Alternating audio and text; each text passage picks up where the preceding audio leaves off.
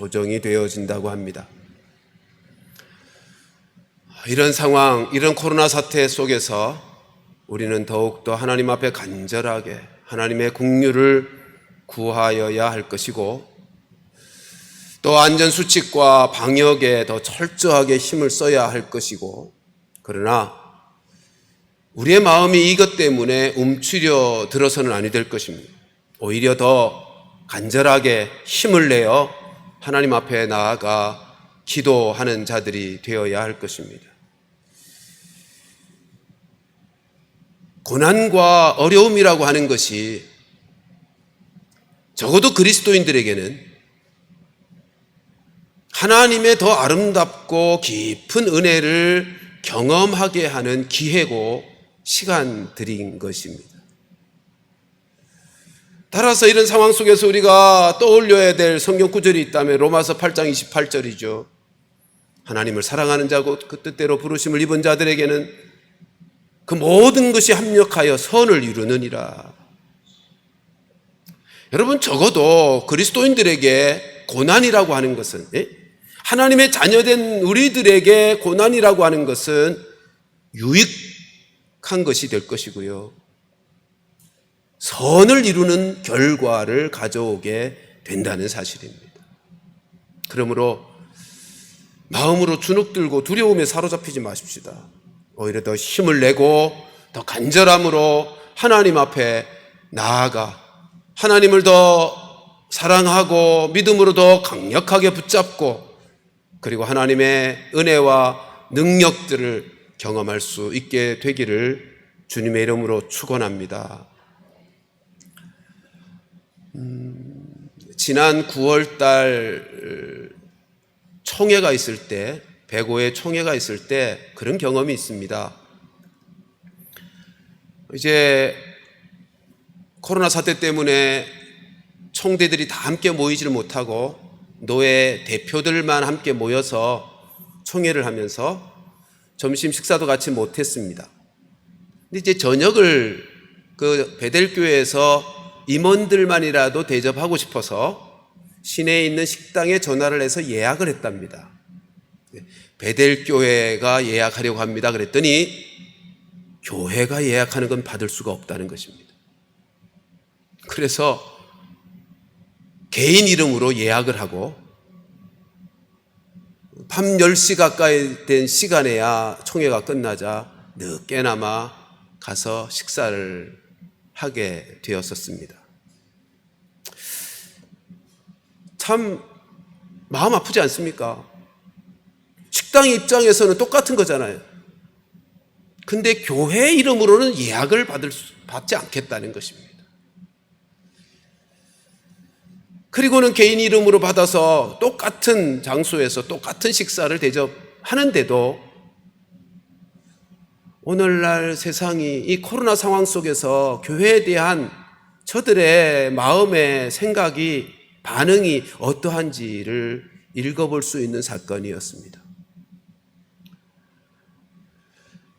여러분, 이것은 우리가 지난 추수감사주일 전주에 함께 살폈던 6장 22절 말씀을 생각나게 하는 거죠. 우리 다시 한번 같이 한 목소리로 읽어보십시다. 시작. 인자로 말미암아 사람들이 너희를 미워하며 멀리하고 욕하고 너희 이름을 악하다 하여 버릴 때에는 너희에게 복이 있도다. 세상 사람들이 우리가 예수 믿는다는 사실 때문에 이제는 세상에 소속된 게 아니라 소속이 달라졌다는, 하나님 나라의 소속이었다는 사실 때문에 인자로 말미암아 우리를 미워하고 욕하고 멀리하고 왕따시킨다는 것입니다. 그런 오늘날의 모습을 확인할 수 있었습니다. 실제로 주님이 이 말씀을 하셨는데 초대교회 때 늘 그러지 않았습니까? 우리가 잘 아는 것처럼 스데반, 사도행전 6장에 가서 보면 스데반 집사는 복음을 전하다가 예수님 때문에 돌 맞아 죽습니다. 그냥 미움받는 정도가 아니라 돌 던져 죽이는 자리까지 가더라는 것입니다. 로마가 4세기 들어서 기독교 국가가 되기 전까지는 기독교를 얼마나 핍박했는지 모릅니다. 예수 믿는다는 사실 하나만으로 핍박했습니다. 우리가 잘 아는 것처럼 로마의 황제들이 기독교인이라는 것만으로 잡아가서 죽이는, 우리가 잘 아는 네로 황제가 그러하지 않았습니까? 그리고 주후 100년 전후 로마라고 하는 정권이 황제 숭배를 본격적으로 시작한 주후 100년경에서부터는 트라얀 황제로부터 시작해서 황제만을 큐리오스, 우리말 주라고 불러야 되는 시대가 되었는데, 기독교인들은 황제를 주라고 부르지 않고 누구를 주라고 부르죠? 예수님을 주라고 부른단 말이죠. 그것 때문에 그 그리스도인들을 잡아다가 불에 태워 화형을 시키는가 하면 원형극장에다 끌어다가 사자에게 찢겨 물려 죽게 하는 그런 역사들이 있었습니다. 여러분, 오늘 읽은 말씀은 세상의 그런 반응들, 예수 믿는다는 사실 하나 때문에 세상이 미워하고 욕하고 왕따시키고 멀리하고 하는 그런 세상 속에서 그리스도인들이 어떻게 반응하며 살아야 되는가에 대하여 하시는 말씀입니다.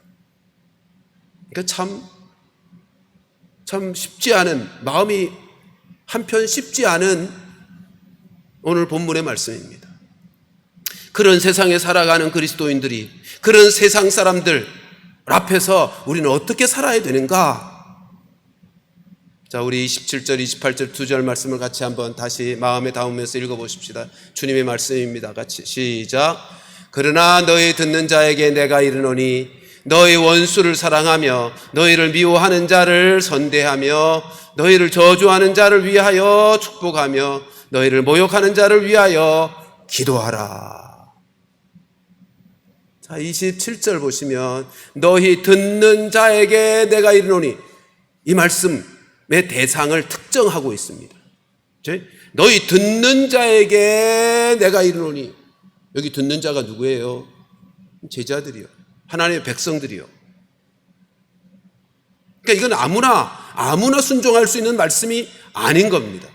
아무나, 모든 사람들이 받을 수 있는 말씀이 아니라는 것입니다. 듣는 자들, 주의 백성이 되어 주의 말씀이 내 인생의 주인이 주님이시고 그래서 나는 그 주님을 따라서 살 것이다 라고 그 말씀을 듣는 자들에게 주어진 말씀입니다. 첫 번째가 뭐죠? 원수를 사랑하라입니다.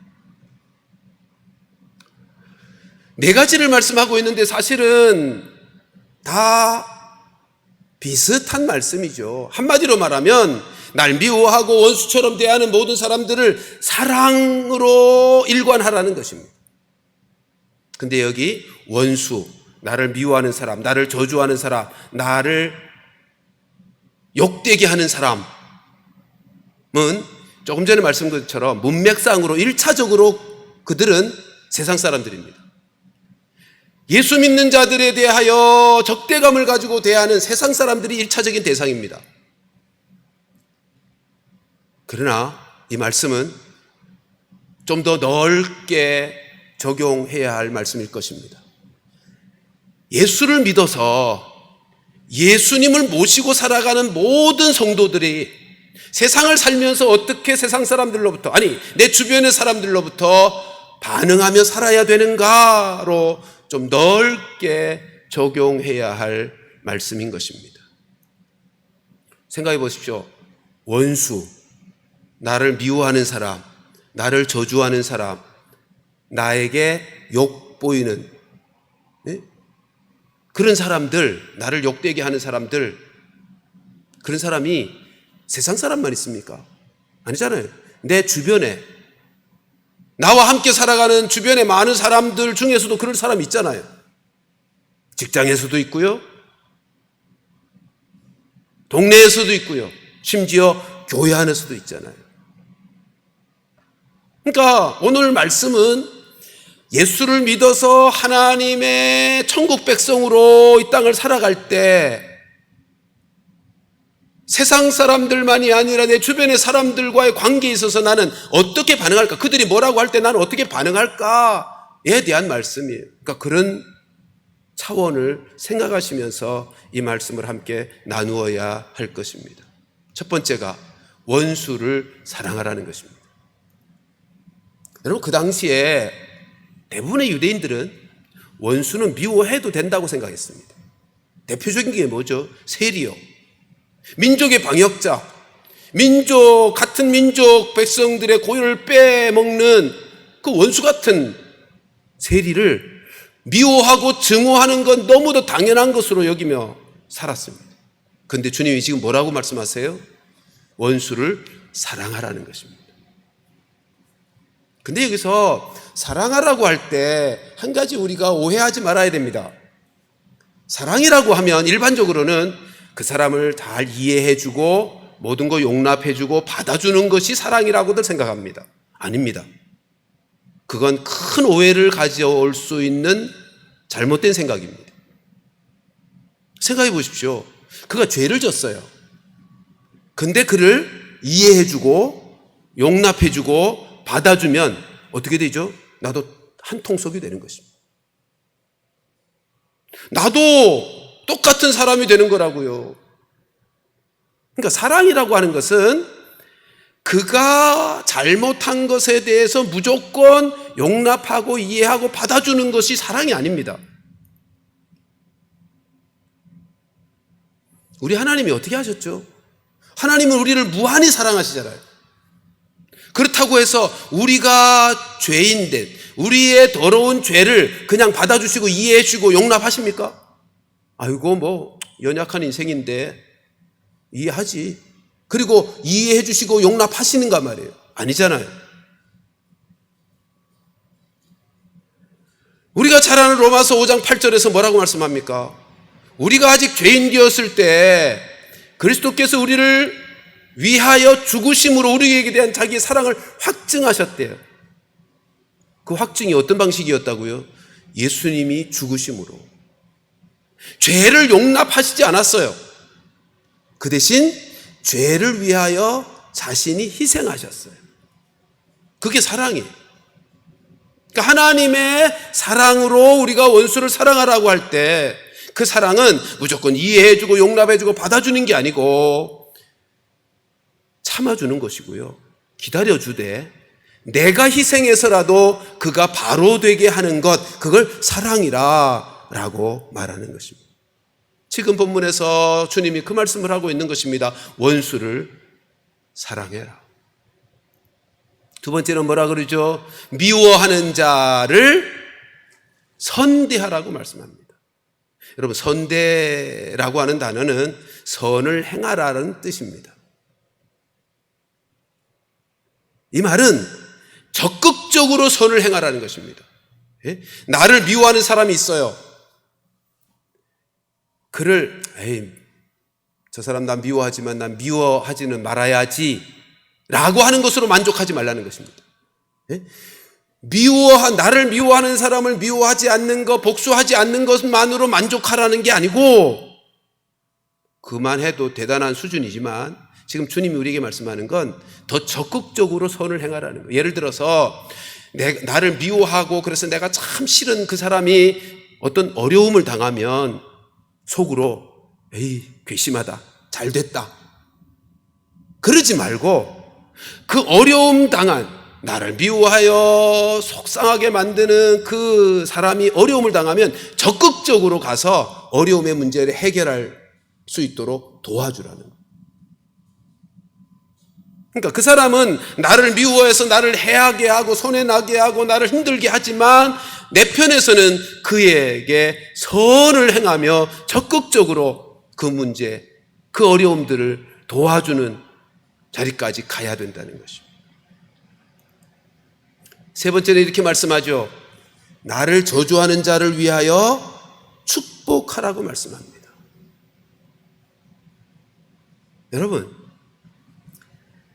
우리의 모습을 한번 보세요. 누가 나를 저주하는 것까지도 안 가고 나에 대해서 비난하는 말만 해도 우리는 어떻게 반응합니까? 밤잠을 못 자죠. 누가 나 비난했다는 소리 들으면 밤잠을 못 자고 늦은 밤이라도 전화를 돌리고야 말죠. 전화를 돌려서 당신이 왜 그런 소리를 하고 다니냐고, 당신이 나를 알면 얼마나 잘 알길래 그런 소리 하고 다니느냐고 따지고 들죠. 그런데 지금 나를 저주하는 자를 위해서 축복하라고 말씀합니다. 여러분, 왜 우리 보고 나를 저주하는 자를 저주하지 말고 축복하라고 하셨을까요? 사실은 우리를 위해서예요. 생각해 보십시오. 내가 누군가를 저주한다고 하면 그 저주가 어디서 나가는 겁니까? 여기 내 속에서부터 나가는 거잖아요. 그러면 내 마음이 독이 생기는 거잖아요. 누군가를 저주한다는 말은 내 마음과 내 입술을 통해서 저주가 나가는 건데, 그건 내 영혼과 내 입을 더럽히고 악하게 하는, 독을 품게 하는 거잖아요. 아니, 생각해 보세요. 누군가로부터 저주를 받는 것도, 귀로 저주를 듣는 것도 억울한데 왜 내 스스로가 다른 사람을 저주하겠다고 내 마음속에 독을 품는가 말이에요.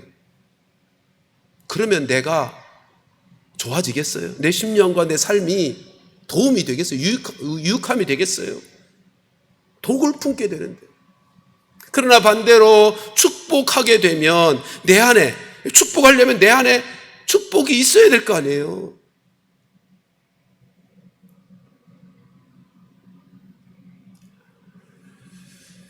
우리 주님께서 우리에게 저주를 받을지라도 저주하지 말고 그를 위하여 축복하라고 말씀하고 있는 것입니다. 네 번째는 뭐라 그러죠? 나를 모욕하는 자, 나를 욕되게 하는 자를 위하여 기도하라고 말씀합니다. 이건 앞에 세 번째하고 거의 비슷해요. 나를 모욕한다고 나도 모욕해 보세요. 누가 나를 욕하고 다닌다고 나도 그를 욕하고 다녀 보세요. 그럼 내 안에 더럽혀지잖아요. 내 마음도 내 입술도 더러워진다고요. 그러지 말고 위하여 기도하래요. 여기서 왜 기도하라고 하셨을까요? 그가 그 나쁜 버릇, 그 나쁜 말하고 다니는 그 잘못을 고쳐서 돌이키게 하려고 기도하라는 거예요. 여러분, 위하여 기도하라는 말씀은 그 문제를 내가 풀지 말고 하나님이 풀어주시기를 바라라는 거예요. 누군가가 나를 욕하며 다니면 그 문제를 내 스스로 풀려고 하지 말고요. 그가 하나님의 은혜와 하나님의 깨달음으로 다시 돌이키고 온전하게 바른 말을 할 수 있도록 하나님이 일하시도록 하게 하라는 거예요. 여러분, 우리 예수 믿는 사람들은 세상 사람들과 수준이 좀 달라야죠. 인격과 삶의 수준이 달라야죠. 우리가 닮아가야 될 수준은 누구시죠? 예수님이요. 우리는 예수님의 인격과 삶을 닮아가고 있는 자들 아닙니까? 자, 예수님 어떻게 하셨어요? 자기를 십자가에 매어 달고 밑에서 조롱하고 비난하고 자기의 옷을 벗겨내고 책찍질하고 그런 자들을 위해서 예수님이 어떻게 하셨어요? 위하여 기도하셨습니다. 위하여 기도하셨습니다. 자기의 몸은 찢겨가고 뼈는 으스러 깨어져 가는데도 그 상황 속에서 그 사람들을 위하여 기도하셨다는 말이에요. 예수 믿는 사람들이라고 하는 것은 예수님의 제자된 성도된 자들은 예수님이 가신 길을 따라가는 자들 아닙니까? 예수님이 하신 것을 따라가며 그렇게 살기를 작정한 자들 아닙니까? 그러므로 우리가 우리를 모욕하는 자들을 위해서 기도하라는 것입니다. 여러분, 우리의 기도 내용을 좀 잘 들여다보세요. 우리의 기도 속에 등장하는 인물들은 대부분 내가 좋아하는 사람, 내가 사랑하는 사람들입니다. 그렇지 않습니까? 근데 지금 예수님이 뭐까지 우리에게 주문하고 계시죠? 명령하고 계시죠? 나를 모욕하는 사람들, 왼수 같은 사람도 기도의 제목 속에 담으라는 것입니다.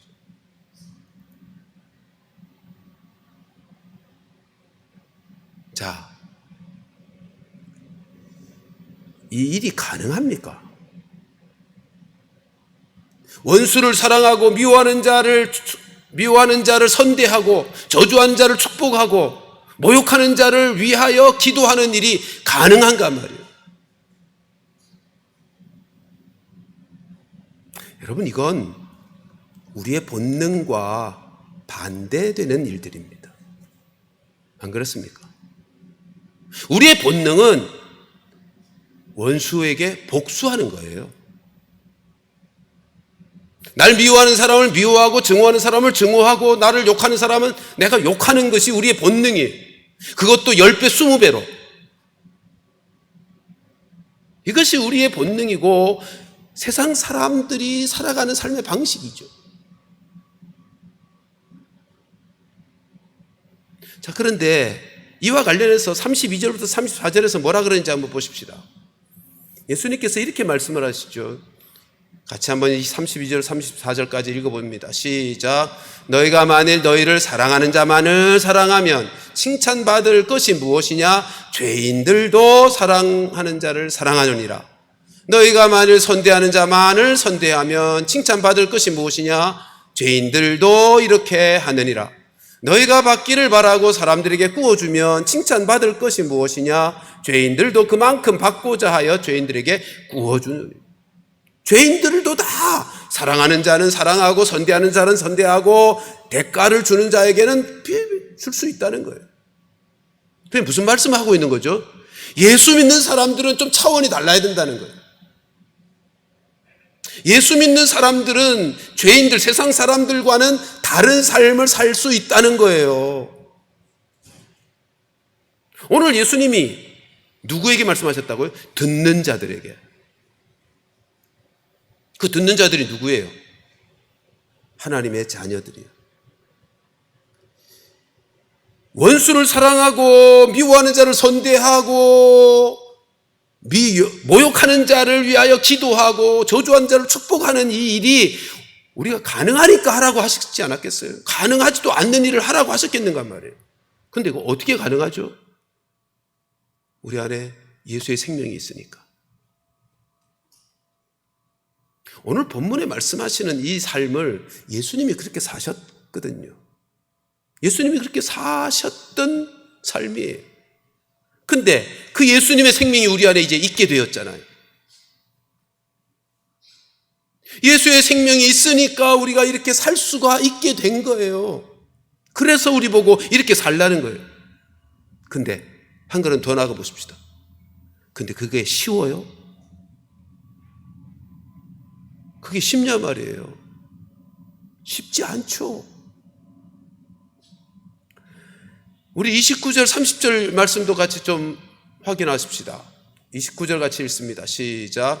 너의 이 뺨을 치는 자에게 저 뺨도 돌려대며 내 겉옷을 빼앗는 자에게 속옷도 거절하지 말라. 자, 말씀을 보세요. 29절 보면 이 뺨을 치는 자에게 저 뺨을 돌려대래요. 이 마태복음에 보면 이 뺨은 오른쪽 뺨이고 저 뺨은 왼쪽 뺨이에요. 그러니까 오른쪽 뺨을 맞았을 때 왼쪽 뺨도 돌려대라는 거예요. 이게 무슨 말인가 하면 여러분, 사람의 뺨을 때리는 건요 아프라고 때리는 게 아니고요 모욕을 주려고 때리는 거예요. 그렇지 않습니까? 더더군다나 당시에 로마인들은요 다른 이방인들, 유대인들을 때릴 때 손등으로 오른 뺨을 때렸어요. 왜 손등으로 때렸냐면 손바닥으로 때리면 더러워진다고 생각하고 손등으로 때렸대요. 그러니까 오른손잡이, 대부분이 오른손잡이니까 보세요. 오른손잡이가 손등으로 때리면 상대편이 오른뺨을 때리게 되는 거죠. 그러니까 여기 이 뺨을 할 때 오른뺨을 맞았다고 하는 것은 그렇게 손등으로 맞았다는 뜻이에요. 그냥 뺨을 맞아도 모욕하는 일인데 손등으로까지 뺨을 때렸다는 것은 지독하게 모욕하는 거죠. 근데 어떻게 하라고요? 그런 모욕을 26절에서 27절에서 말씀하신 바 모욕을 28절이죠. 모욕하는 자를 위하여 기도하라고 마셨 그 모욕이요. 그러니까 27절, 28절은 원리적인 것을 말씀하고 29절, 30절은 실제 상황을 예를 든 거예요. 같은 얘기입니다. 그러니까 나를 모욕 주기 위해서 뺨을 맞았을 때 어떻게 하라는 거예요? 대들라는 게 말고, 대들 게 아니고 그렇게 반응하지 말고 내가 더 심한 모욕을 받더라도 내가 견디겠다. 그렇게 반응하라는 거예요. 예? 왼쪽 뺨을 돌려대라는 의미가 그거예요.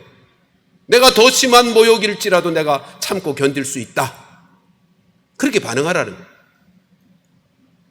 그리고는 29절 하반절에 이렇게 말죠. 겉옷을 빼앗는 자. 여기 빼앗는다는 말은 폭력을 행하여 그런 것이 담겨 있는 것이에요. 그 당시는 겉옷이라고 하는 것이 재산 1호입니다. 옷이라고 하는 것이 아주 귀한 시대였다고요. 근데 그것을 한 벌밖에 없는 그 옷을 힘으로, 폭력으로 빼앗아 갔어. 근데 어떻게 하래요? 속옷도 거절하지 말래요. 속옷도 빼앗아 가려 그러면 거절하지 말래요. 이게 어떤 의미죠? 내가 다 내어주겠다는 거예요. 네? 일방적으로 달라고 하면 다 내어주라고 하는 거예요. 이게 어디 쉬워요? 이런 모욕을 당할 때 나는 더 심한 모욕도 참을 수 있어. 그렇게 반응하는 게 쉽냔 말이에요. 누가 폭력으로 나의 가진 것을 빼앗아 갈 때 나 다 내어줄 수 있지 라고 반응하는 게 쉬워요? 30절 말씀도 보십시오. 네게 구하는 자에게 주며 네 것을 가져가는 자에게 다시 달라 하지 말며. 무슨 뜻이냐면 대가 바라지 말고 내어주라는 거예요. 그가 필요하고 그가 요구해서 그의 필요가 채워지고 그가 좋아하면 그냥 그것으로 만족하라는 거예요. 대가를 바라지 말고 일방적으로 희생하라는 거예요. 여러분 이게 쉽습니까? 우리가 정작 예수의 생명을 가지고 살지만 이게 쉬운가 말이에요. 31절은 아주 중요한 원리를 말씀하죠. 같이 한번 읽어보십시다. 시작. 남에게 대접을 받고자 하는 대로 너희도 남을 대접하라. 여러분 대접받는 거 싫어하는 사람이 누가 있어요? 우리 다 대접받기 좋아하잖아요. 남들로부터 존중하게 예의를 갖춘 대접을 받으면 기분이 좋습니다. 다 그렇게 대접받고 싶어 해요. 또 실제로 우리가 어떤 어려움이나 외로움을 겪을 때 누군가가 나를 위로해주고 나를 대접해 주기를 요구하게 된다고요. 근데 지금 예수님이 뭐라고 말씀하세요? 네가 그렇게 하라는 거예요. 네가 그렇게 하라는 거예요.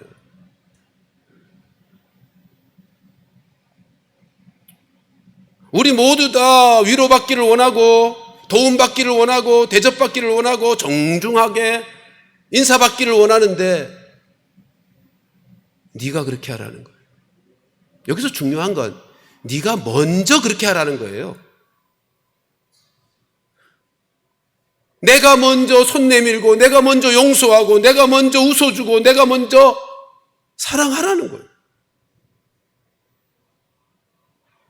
근데 이게 잘 돼요?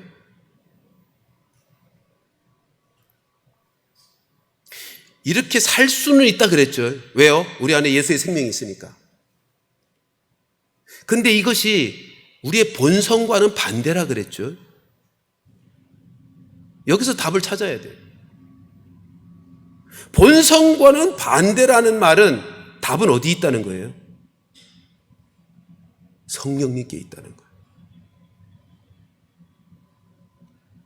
내 본성으로는 죽었다 깨어나도 안 되는 일들이란 말이에요. 원수를 어떻게 사랑해요? 나를 미워하는데 어떻게 선대해요? 나를 저주하는데 어떻게 그를 위하여 축복의 말을 할 수 있으며 나를 모욕하는데 어떻게 그를 위하여 기도가 나오는가 말이에요. 근데 할 수 있어요. 우리 안에 예수의 생명이 있으니까. 그런데 이게 나라고 하는 육신의 욕망이 예수의 생명이 내 안에서 작동되어지는 것을 막고 있다고요. 그래서 사도 바울은 갈라디아서 뭐라 그러죠? 육체의 소욕을 따르지 말고 성령의 소욕을 따르라고 권하는 거예요. 답은 성령님에게 있어요. 우리가 성령의 감동을 받으며 성령의 소욕을 따라가는 것이 답이에요. 잊지 마십시다. 이 말씀은 주님께서 주의 백성들에게, 천국 백성들에게 예수님이 이 땅에 임하심으로 말미암아 이 땅에 임한 하나님 나라에서 살아가는 모든 그리스도인들에게 이렇게 살라주신 말씀, 세상에서 살면서 다른 사람들로부터 어떤 대우를 받든 어떤 상황에 처하든 너희들은 이렇게 반응하며 살아야 돼 라고 주신 말씀이에요. 할 수도 없는 일을 명하신 것이 아니고요, 우리에게 할 수 있는 두 가지, 예수 생명을 주셨어요. 그리고 우리 안에 성령님을 보내어 주셨어요. 그게 답이에요. 한번 따라 하십시다. 성령이여 오시옵소서. 여러분, 성령이 오시옵소서라고 하는 것은 공간적인 개념이 아니고 관계의 개념이란 말이에요. 우리 안에 계신 성령님이 내 삶 속에 친히 역사하시도록 날마다 그렇게 구해야 돼요. 다시 한번 따라합니다. 성령이여 오시옵소서. 성령이여 능력을 베푸시옵소서. 성령이여 성령의 감동으로 성령의 소욕을 따라 살아가게 하옵소서. 여러분, 날마다 그렇게 구하며 살아가야 우리가 이 삶을 살아낼 수가 있어요. 사랑하는 성도들이여, 우리의 힘으로는 아니 되지만 우리 안에 계신 예수님이 내 삶을 주관하시며 역사하시도록 날마다 성령을 구하고 성령의 능력을 덧입어 성령의 소욕을 따라 살아가는 성도들 되시기를 주님의 이름으로 축원합니다. 오늘 본문은 그 결과에 대해서도 말씀합니다. 35절 말씀 보십시다. 그 결과에 대해서 성경 35절에 이렇게 말씀합니다. 시작. 오직 너희는 원수를 사랑하고 선대하며 아무것도 바라지 말고 구워주라. 그리하면 너희 상이 클 것이요 또 지극히 높으신 이의 아들이 되리니 그는 은혜를 모르는 자와 악한 자에게도 인자시니라. 여러분, 이 35절의 전반절은 앞에 있는 내용을 다 정리한 거죠. 모아놓은 겁니다. 원수를 사랑하고 선대하래요. 그리고 구워주래요. 받을 생각하지 말고 구워주래요. 그리하면 결과가 뭐예요? 두 가지예요. 하나는 큰 상이 있을 것이다. 큰 상이 있을 것이다. 그래요. 우리 그리스도인들은 이 세상을 살아가면서 삶의 동기 중에 하나가 영원한 하나님 나라에서 받을 상이에요. 그 소망 때문이에요. 그리고는 또 하나 말씀하시죠. 지극히 높으신 이의 아들이 되리라. 하나님의 아들이 된대요. 근데 여기서 하나님의 아들이 된다라고 할 때 우리가 그렇게 그 수준의 예수님처럼 그렇게 사랑할 때 비로소 하나님의 아들로 태어난다는 뜻이 아니고, 그렇잖아요.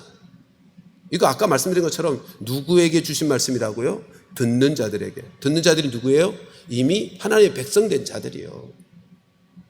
언제 우리가 하나님의 아들이 되죠? 예수를 믿는 순간, 영접하는 자, 그 뜻대로 부르심을 영접하고 예수를 믿는 그 믿음의 순간 우리는 하나님의 자녀가 되잖아요. 그러니까 여기서 하나님의 아들이 되리라라고 하는 말씀은 이렇게 읽어야 돼요. 하나님의 아들답게 되리라예요. 또 하나는 하나님의 아들로 인정받게 되리라예요. 이미 우리는 하나님의 아들이 됐어요. 하나님의 자녀가 되었다고요. 예수를 믿는 순간 하나님의 자녀가 되었는데 언제 하나님의 아들로 드러나고 증명되고 인정되는가 하면 하나님이 하셨던 것처럼 그렇게 할 때요. 그래서 뒤에 이 말씀이 붙여지는 거예요. 앞에서는 원수를 사랑하고 선대하고 아무것도 받으려고 하지 말고 꾸어주는 그 삶, 그게 주님이 하셨던 삶이잖아요. 근데 하반절에는 이렇게 말하죠. 하나님에 대해서 은혜를 모르는 자와 악한 자에게도 인자, 여기 인자가 헤세드예요. 지난주에 살폈던.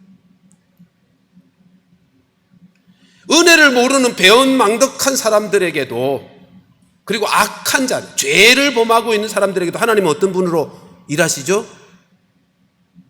햇빛을 주시고요, 우로를 내리시고요, 똑같이 인자를 베풀어요. 죄를 지었다고 해서 햇빛을 허락하시지 않거나 비를 주시지 않거나 그러신 분이 아니라는 거예요. 인자, 여전히 인자하시. 그러니까 보십시오. 아들이란 아버지를 닮는 거잖아요. 자녀는 부모를 닮게 돼 있어요. 아, 제가 누구 아들이구나를 확인하는 것이 아버지를, 부모를 닮은 모습을 확인할 때잖아요. 지금 그 말씀하고 있는 겁니다. 세상 사람들이 우리 예수 믿는 우리 하나님의 자녀들 우리를 이렇게 바라볼 때 하나님이 하신 것처럼 똑같이, 하나님이 어떻게 하셨어요? 악한 사람일지라도, 배은망덕한 사람일, 은혜를 모르는 사람일지라도 똑같이 사랑하고 참아주고 위하여 기도해주고 축복하고, 그런 것을 보면 야, 저 사람 진짜 하나님의 아들이구나 라고 인정하게 된다는 거예요. 그게 오늘 본문에 하나님의 지극히 높으신 이의 아들이 되리라는 뜻이에요. 아들, 자손은, 자녀는 부모를 닮게 되어 있다는 뜻입니다. 그래서 36절은 그렇게 마무리하고 있는 거예요. 36절 말씀, 마지막 말씀 같이 읽어보십시다. 시작. 너희 아버지의 자비로우신 같이 너희도 자비로운 자가 되라. 아버지 닮아라는 거예요. 아버지 닮으라. 하나님이 그렇게 사시니 우리도 그 생명을 가진 자, 아들의 생명을 가진 자로서 그 삶을 살아내라 라고 말씀하고 있는 것입니다. 사랑하는 성도들이여, 기억하십시다. 세상은 우리를 미워합니다. 아니, 세상만이 아니라 인생 살다 보면 내 주변에 많은 사람들이 나를 오해하고 미워하고 멀리하고 왕따시키고 심지어 저주까지 하고, 그럴 때 하나님의 백성으로서 천국을 살아가는 하나님의 자녀들로서 우리는 어떻게 살아야 된다고요? 원수를 사랑하고 미워하는 자를 선대하고 저주하는 자를 위하여 축복하고 나를 모욕하는 자를 위해서 기도하는 그 삶을 살라는 거예요. 살 수 있어요, 없어요? 있어요. 어떻게 해요? 예수의 생명이 있으니까. 근데 그 예수의 생명이 작동되어 나의 육체의 소요, 타락한 본성이 작동되는 게 아니고 내 안에 계신 예수의 생명이 작동되게 하려면 성령의 은혜가 필요하다. 그래서 성령을 구하는 거. 로마서 5장 5절 말씀, 그래서 이렇게 말씀하는 겁니다. 로마서 5장 5절 말씀 같이 읽습니다. 시작. 소망이 우리를 부끄럽게 아니함은 우리에게 주신 성령으로 말미암아 하나님의 사랑이 우리 마음에 부은 바 됨이니. 성령께서 하나님의 사랑이 우리 마음에 부어지게 하는 거예요. 우리 모두 날마다 성령을 구하고 성령의 은혜와 능력을 덧입고 그 성령의 소욕을 따라 살아감으로 우리로 말씀하시니 천국의 삶을, 하나님 나라의 삶을 아름답게 살아내어 우리를 통해서 하나님이 어떤 분이신지를 세상 가운데 드러내고 우리를 통해서 세상 속에 하나님 나라가 이루어지는 축복이 있게 되기를 주님의 이름으로 축원합니다. 기도